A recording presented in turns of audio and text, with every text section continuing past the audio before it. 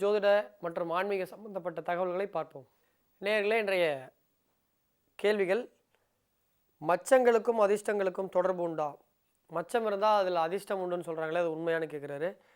சாமுத்திரிகா லட்சணம் நூலில் உடலின் எந்த பகுதிகளில் மச்சம் இருந்தால் என்ன பலன் என்று குறிப்பிடுகிறார்கள்.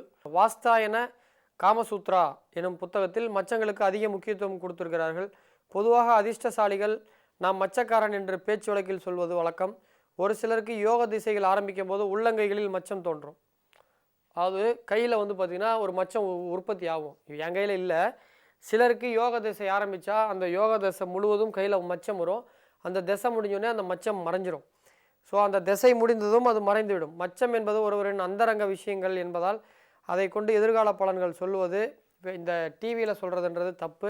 ஸோ மச்சத்திற்கு அதிர்ஷ்டத்துக்கும் தொடர்பு உண்டானா 100% உண்டு. சிலருக்குலாம் பார்த்திங்கன்னா இந்த கண்களில் மச்சம் தோன்றி மறையும். திடீர்னு தோணும், ஒரு 10 வருஷம் திடீர்னு பீக்குக்கு போவான். அது மறைஞ்சோடனே அவன் அப்படியே பீக்கிலேருந்து அப்படியே இப்படியே ஆவரேஜாக வந்துடுவான். ஸோ இந்த மச்சத்துக்கு தொடர்பு உண்டு. மச்சத்திற்கும் அதிர்ஷ்டத்துக்கும் நெருங்கிய தொடர்புகள் உண்டு. நேர்களே, இன்றைய ஜோதிட தகவல்கள் உங்களுக்கு பிடிச்சிருக்கும்னு நினைக்கிறேன். இது போன்ற தினம் ஒரு ஜோதிட தகவல் தெரிஞ்சுக்கணுன்னு ஆசைப்பட்டாலும், நட்சத்திர பலன்கள் மூலமாக அன்றைய தினத்தை தெரிந்து சிறப்பாக நடத்திக்கொள்ளணும்னு நினைச்சாலும் தொடர்ந்து நிகழ்ச்சியை பார்த்து வருங்கள். நிச்சயமாக இந்த சொல்கின்ற ஜோதிட தகவல் என்றைக்காவது ஒரு நாள் உங்களுக்கு பர்சனல் லைஃப்பில் பயனுள்ள தகவலாக கூட இருக்கலாம். மீண்டும் நாளை காலை சந்திப்போம். அதுவரை உங்களிடமிருந்து விடைபெறுவது உங்கள் அன்பு நண்பன் சேலம் பாலாஜிஹாசன். வணக்கம் நேயர்களே.